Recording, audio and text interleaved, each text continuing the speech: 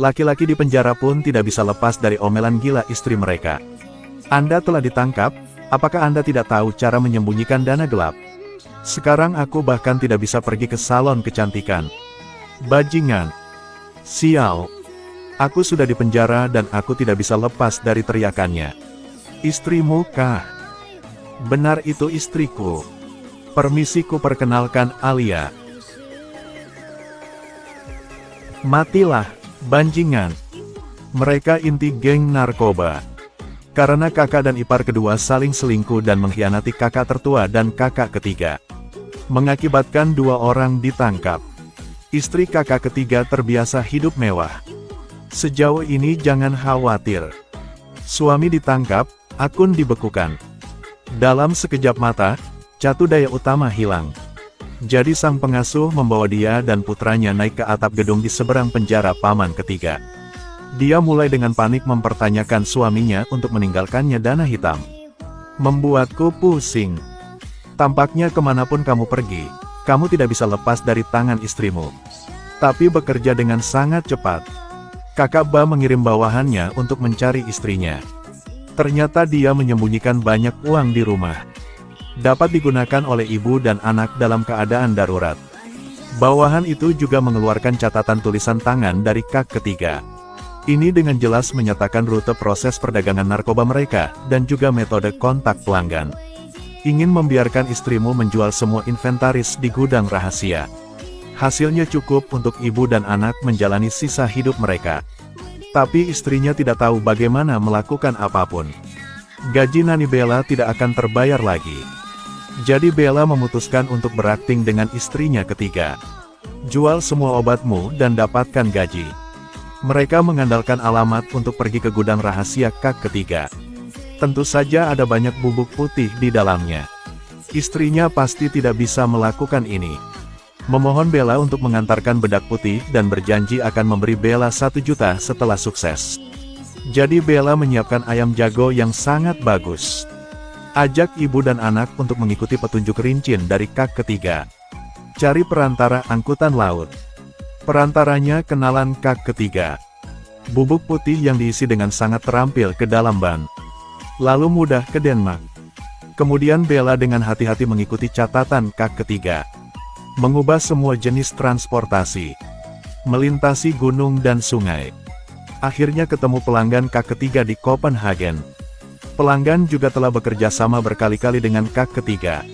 Kedua belah pihak berdagang dengan sangat lancar. Bella akhirnya menyelesaikan tugasnya. Dapatkan setidaknya juta euro. Setelah sampai di rumah, yang menganggap hidup nyaman itu mungkin. Siapa tahu bos di balik komplotan 3 bersaudara itu segera menunggu di sini. Katakan bahwa jumlah baris adalah milikku. Akan memberi mereka 10.000 kerja keras. Sisanya akan dia ambil. Buang-buang waktu saja. Istri saya minum alkohol setiap 3 hari. Menjalani kehidupan pulau gila yang gila.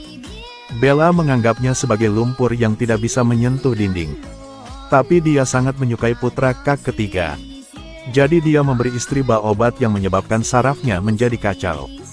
Kemudian mengurungnya di rumah sakit jiwa. Orang tua tidak ada. Bella akhirnya mendapatkan hak asuh atas anaknya. Kemudian Bella memutuskan untuk melakukan sesuatu yang besar. Dia menemukan bos geng narkoba.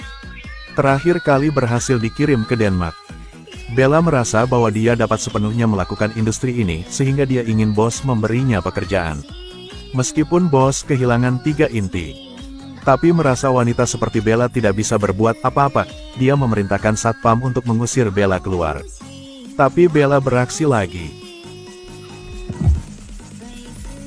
Kamu ingin aku membunuhnya? Aku bisa membuktikan kekuatan dan keberanianku. Bos juga menganggapnya pemberani. Setuju untuk mencoba kerjasama dengan Bella. Bella pinter banget. Pertama dia menyewa peternakan tua. Berhasil memperbaiki pabrik kimia harian. Digunakan untuk produksi sabun. Sampo untuk menutupi mata orang luar. Faktanya, di balik layar, menggunakan harga tinggi untuk menyewa ahli untuk memproduksi bubuk putih dalam jumlah besar. Dengan sangat cepat batch pertama dirilis. Bella langsung pergi melawan bos. Ini produknya. Jangan biarkan ini muncul di rumahku. Meskipun bos sangat marah. Katakanlah jangan biarkan ini muncul di rumahmu. Tapi juga mengagumi pikiran Bella. Beri dia kendali penuh atas pabrik. Bisnis semakin besar dan besar. Kedua saudara laki-laki dan saudara ipar yang mengkhianati masih berlibur di Spanyol. Tapi polisi selalu membuntuti pengedar narkoba ini. Segera 2 orang ditangkap dan dikembalikan ke rumah.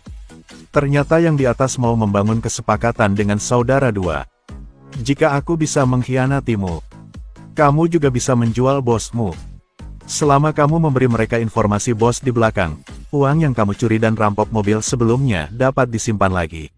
Anda dapat mengubah identitas Anda untuk memulai hidup baru. Lagi pula, polisi akan melindungi kalian berdua sampai orang besar di belakang ditangkap. Kakak awalnya penipu. Segera setujui kesepakatan ini. Pihak kepolisian langsung bergandengan tangan dengan polisi khusus anti-teror. Menyerang rumah bos membuat bos tidak bisa bereaksi. Mengetahui bahwa saya tidak punya cara untuk bersembunyi.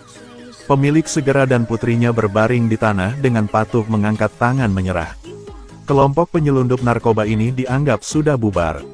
Pihak polisi melindungi kakak ipar.